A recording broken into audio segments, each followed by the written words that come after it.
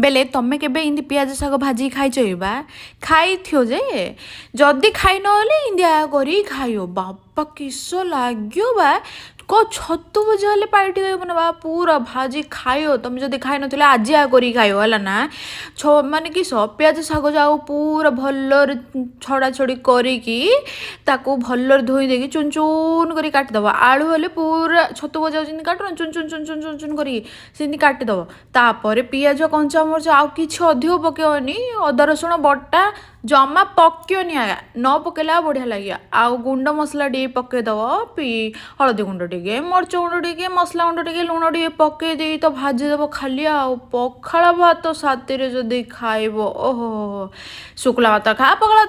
भातटा बढ़िया लगुच आम टे पखाड़ प्रेमी तो से बोली तमें हेले करी खाओ बा एबे तो ठंडा दिन पड़ाइला प्याज गदा गदा करी खाइब मत मन पकेबा है।